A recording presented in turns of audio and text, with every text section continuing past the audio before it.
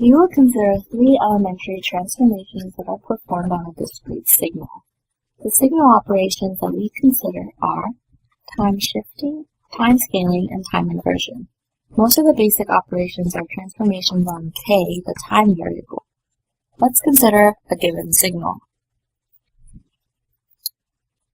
X of k is shown here, and we can shift the signal along the time axis.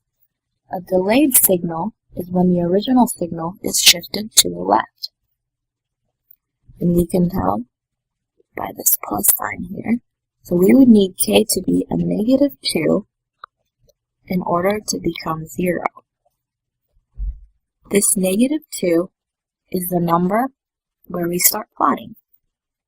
So we find -2 on the plot, and this is where we take 0 from the original signal and plot it exactly the same.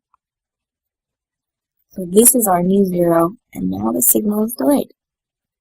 An advanced signal is when the original signal is shifted to the right, which we can tell by this negative sign. So we would need the k to be a +2 in order to become 0. This is where we would start plotting. So we find the +2 here and take the original signal where it was 0, and here is where we will start the new signal. Now we have an advanced signal. We can also flip the original signal around the 0 point in time, like x of -k.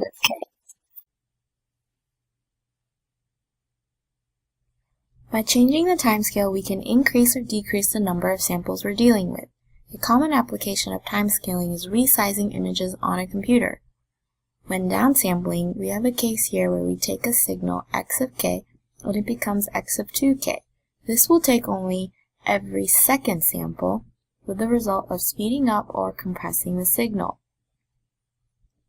Downsampling are moving samples. In this case, we are using a sampling rate of only 1/2 the original. When upsampling, we take the original signal x of k and it becomes x of k divided by 2. This will space out the existing samples to every second point in time. This can be considered as slowing down or spreading out the signal across a larger number of points in time, making it larger. However, when upsampling, we usually want to fill in the missing gaps, so this requires interpolation, in which we try to mathematically define the most likely values of samples in between the known ones.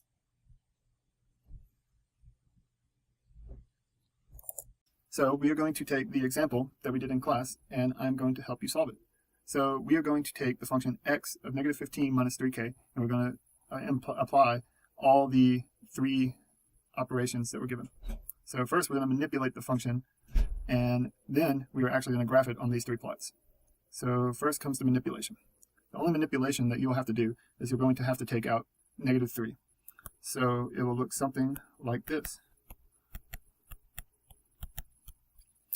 After you manipulate it, then you go up and you start with the very first of the operations. The very first operation is scaling. To scale this, you will basically condense everything by 3. So at 0, it stays at 12. At 1, it will also stay at 12. At 2, it will stay at 6. And at 3, it will stay at 0.